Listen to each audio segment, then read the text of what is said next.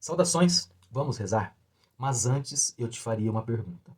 Isso aqui é um anel, uma aliança, que a gente usa o dia todo, todos os dias. E eu não sei, você talvez não lembre, mas quando a gente começou a usar uma aliança ou um anel, a gente ficava muito incomodado. Porque não era normal você ter algo no dedo. Mas com o passar do tempo, simplesmente caiu para o seu inconsciente, você utiliza como se nem existisse. Mas ai, se o seu esposo chegar à noite sem a aliança, vai ter briga.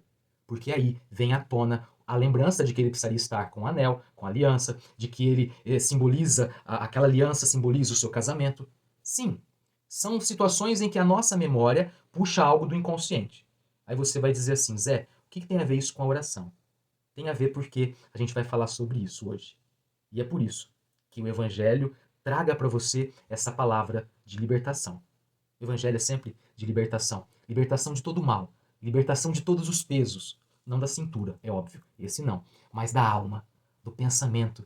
Os pesos que o inconsciente talvez te traga, o Evangelho te ajuda a libertar. Vamos lá?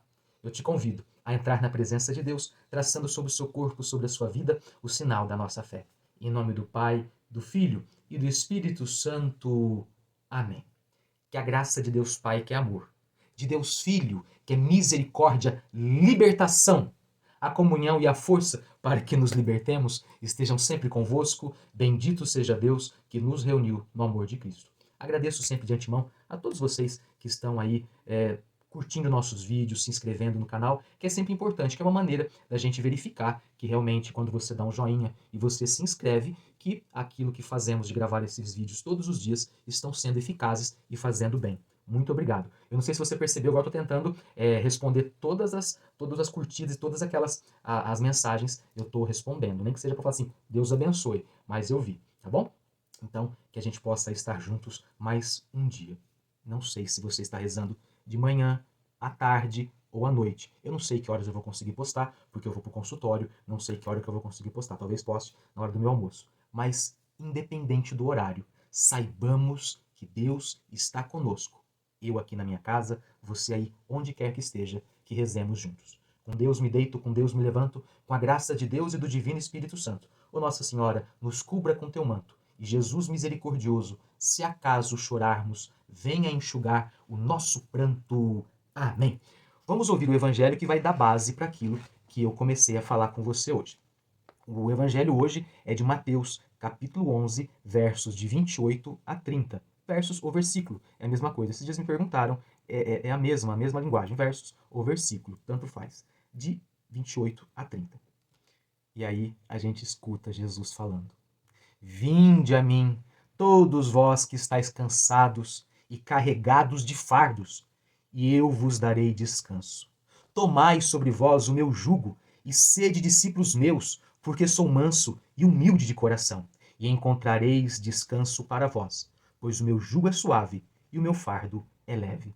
Palavra da salvação, glória a vós, Senhor. Alguns líderes religiosos na época de Jesus tornou a religião, tornaram Javé um fardo muito pesado, algo de pensamento muito forte no inconsciente, porque o líder religioso ele tem essa força, ele tem uma força de libertação ou ele tem uma força de aprisionamento. O teu líder religioso, seja o pastor, o padre, o reverendo, o ancião, todos eles têm uma força muito grande de aprisionamento e de libertação. Quando um líder religioso pega para colocar superstições, maldições, pesos, fardos na cabeça do seu povo, meu irmão, pode ser tudo menos cristão. Então sempre fique atento. O Cristo, o verdadeiro Jesus, ele é um Cristo libertador, libertador de todas as amarras. Lembra quando eu disse lá no começo do nosso vídeo de hoje, que existem algumas coisas no nosso inconsciente, por exemplo, você não percebe o brinco que você usa, você não percebe as joias que você usa, relógio, tente colocar o relógio do braço direito, se couber, porque cada braço é de uma grossura, com certeza você vai se sentir incomodado. E assim são os nossos pensamentos. Desde que a gente nasceu, várias normas, regras, preceitos foram ensinados pelos nossos pais, pelos nossos professores, pelos nossos avós, tios, cuidadores em geral. E todos esses pensamentos, essas regras, ficaram na nossa cabeça, como maneira de preservar você e eu de sofrermos qualquer acidente, de sermos educados, enfim, diversos conceitos, preceitos, regras, normas que são boas, muito boas, porque nos ajudam a ser melhores. Mas e quando essas regras começam a impedir a felicidade? Zé, calma aí. Como assim? Vamos lá. Eu vou utilizar o exemplo dos fariseus, dos mestres da lei, dos sacerdotes, dos doutores da lei, lá da época de Jesus, para a gente ficar isento de falar de qualquer tipo de religião da nossa época. Mas vamos lá. Os religiosos da época de Jesus, lembra que eu disse que quando o religioso quer, ele coloca pensamentos na cabeça do seu povo? Vamos lá. Os religiosos da época de Jesus, eles eram muito legalistas, porque cumulavam de preceitos, normas, regras, tudo aquilo quanto podiam colocar sobre o povo, porque muitas coisas eles não praticavam dentro do templo. Na época de Jesus, tanto que Jesus os chama de hipócritas, porque colocam fardos sobre o povo que não são capazes de carregar nem com o dedinho. Ou seja, para você ter ideia, eles não carregavam os fardos deles nem com o dedinho, né? Que seria fácil. E colocam fardos pesados, a partir da lei, das regras, dos preceitos, que serviram no começo, lá nos primórdios da igreja judaica, serviram quando estavam no deserto como normas para preservar a religião. Só que a partir de se tornarem fixos numa cidade, muitas daquelas normas, preceitos, simplesmente eram peso nas costas do povo. Outra coisa que os fariseus também eram, eles eram extremamente preconceituosos. Todas as regras que eram para preservar a espécie, como purificação, como diferença de etnia, diferença religiosa, que era para preservar a tribo, para preservar a comunidade no deserto, quando se estabelecem, mesmo que não estivessem em guerra, mesmo que tivessem os víveres, ou seja, a comida, mesmo que tivessem capacidade de viver plenamente, muito daqueles pensamentos colocavam pessoas para fora, marginalizavam. Eles eram legalistas, preconceituosos, colocavam para fora quem fosse diferente. Lá no deserto, muitas coisas preservaram a unidade, a força da tribo. Mas quando se vem, quando se estabelece, quando surgem as cidades, ali era simplesmente desumano se fazer ou se agir com qualquer tipo de preconceito. Outra coisa que eles eram, facciosos. Eles agiam através de facção, de grupos.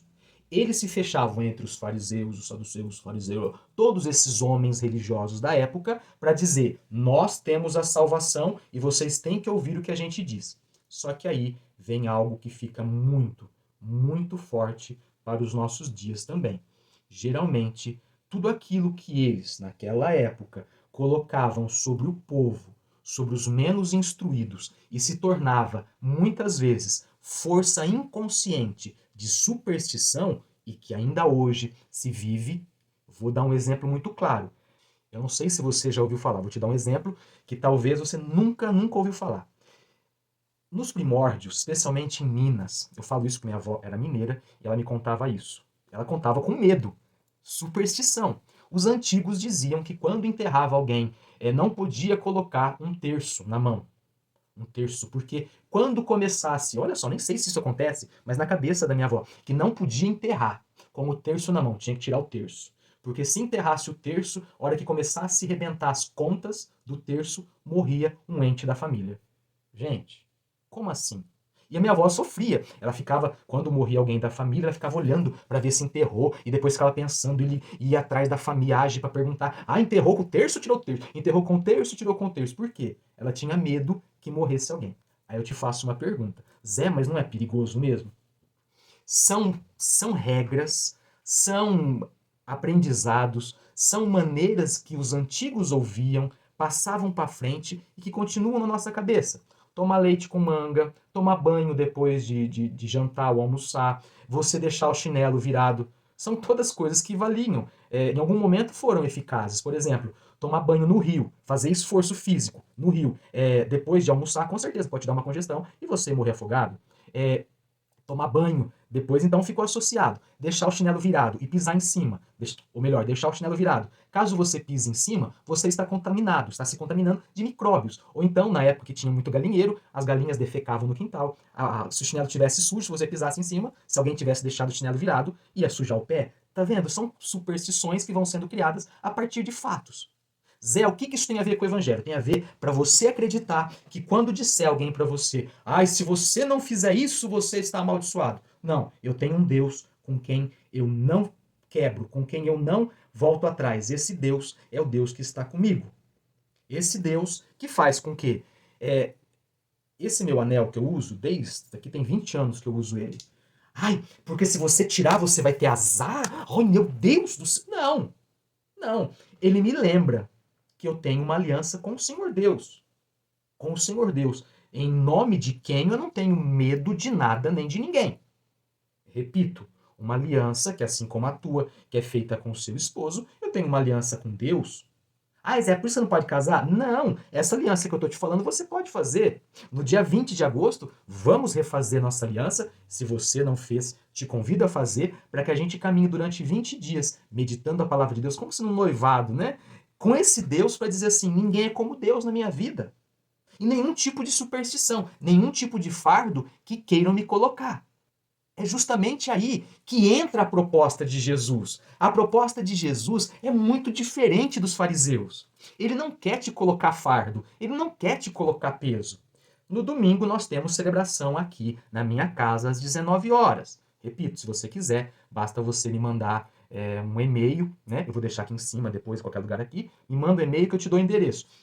E eu sempre falo para as pessoas, Zé, tem que vir todo domingo? Não, você quer vir? É a pergunta. Você percebe? Zé, o que tem que fazer para ir? Uai, vir. Simplesmente. Mas eu não preciso fazer não, para. Deus não funciona assim. Deus é liberdade, é vida. É poder respirar a plenos pulmões. É ter essa força dentro de você. Não julgo. Não peso. Não cabresto em cima de você. Esse Deus, ele é libertador, ele é forte, ele é vivo. E é isso que eu te digo. Tem que ir? Não, você quer ir? É a pergunta. Zé, faltei semana passada na celebração. Se eu for, eu não posso comungar? Mas por que não pode? Claro que pode. Deus não fica fazendo continha. Tá vendo? Tá aqui. Isso quem faz são líderes religiosos da época de Jesus e muitos hoje. Não temos isso. Não tenha isso. Mantenha a sua liberdade. Só que aí, repito, assim como a minha avó, assim como nós, muitas vezes do inconsciente brota alguns pensamentos limitadores.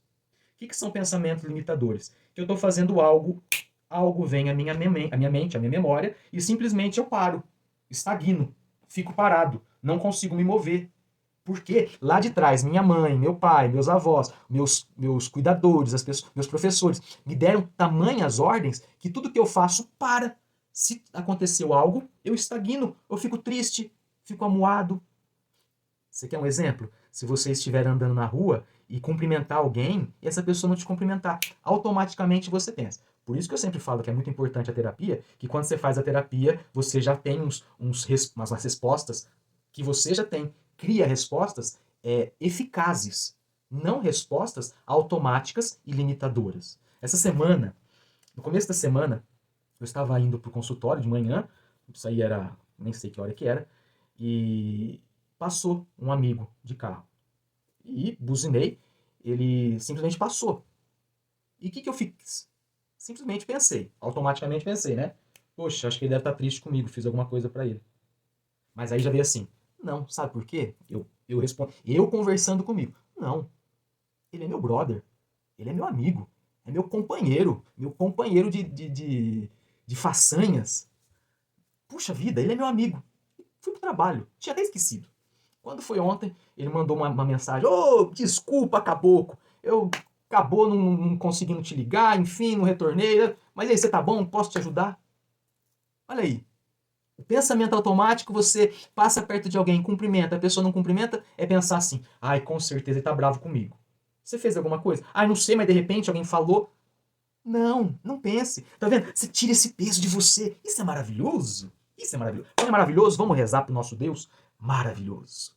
Peça a bênção da água, peça a bênção para a sua vida, para que lave todos esses preconceitos, todos esses pensamentos ruins, que lave realmente da sua vida. Dignai-vos, Senhor, abençoar esta água que, recordando nosso santo batismo, lave por dentro e por fora. Lave todos esses pensamentos que essa tua filha, que esse teu filho carregam, para que cada vez mais sejam purificados, alegrados, felicitados e felizes e alegres pela força do teu Espírito. Abençoai, Senhor, esta água no nome do Pai, do Filho e do Espírito Santo. Amém. Beba com fé. Amém. Amém. E juntos, digamos assim: São Miguel Arcanjo, defendei-nos no combate, sede nosso refúgio contra a maldade e as ciladas do demônio. Ordene-lhe Deus, instantemente o pedimos. E vós, príncipe da milícia celeste, pela virtude divina, precipitar o inferno a Satanás e a todos os espíritos malignos que andam pelo mundo para perder as almas. Amém. Quem é como Deus? Ninguém é como Deus. Glorioso São Miguel, defendei-nos no combate. Eu não sou seu psicólogo, mas eu deixaria um exercício para você. Tem uma amiga muito querida, que ela é TCC, que ela dá exercícios para os pacientes dela. E é muito interessante. Eu sou psicanalista, mas eu gosto muito da abordagem dela. Um beijo para ela se ela estiver assistindo. E ela dá exercício, eu deixaria um exercício para você. Quais superstições você tem?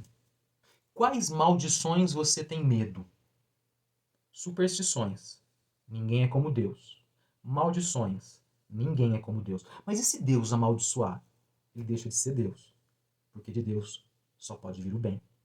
Então, olha só. Ah, mas e se for uma pessoa muito forte na oração e me mandar uma maldição?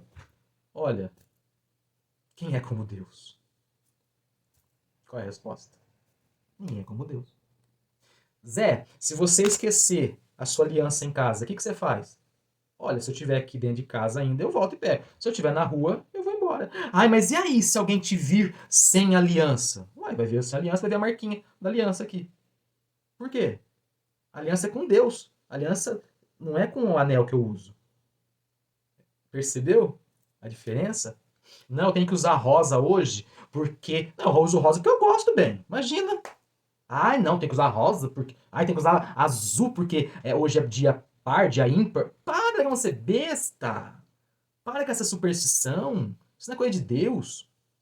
Para. Quem é como Deus? Você acha que uma pessoa, ou que nem minha avó, você acha que um terço pode ser maior do que o Deus vivo e verdadeiro? Porque se arrebentar as contas, morre alguém? Imagine. Nossa, Zé, a minha tia bebeu água, da água não sei da onde, ai, uma água, da água de dengue, ai, ela ficou doente porque essa água tinha alguma coisa ruim. Ué, então quer dizer que todo mundo que teve doença, todo mundo que ficou com Covid, com dengue, teve câncer, só desenvolveu porque bebeu dessa água que a tua tia bebeu. Percebe? Então, exercício. Veja quais são suas superstições, quais foram seus medos, suas limitações e coloque. Ninguém é como Deus. Amém? Amém. O Senhor esteja convosco? Aí sim, Ele está no meio de nós. Abençoe-vos o Deus que é todo-poderoso, Ele que é Pai, Filho e Espírito Santo. Amém. Santo anjo do Senhor, meu zeloso e guardador, se a ti me confio a piedade divina, sempre me rege, me guarde, me governe, me ilumine. Amém. Quem é como Deus? Ninguém é como Deus. Que o Senhor Jesus seja sempre vossa força. Permaneça em paz e que Ele sempre te acompanhe. Graças a Deus. A todos, um ótimo dia. Um beijo no seu coração. Acreditar faz bem.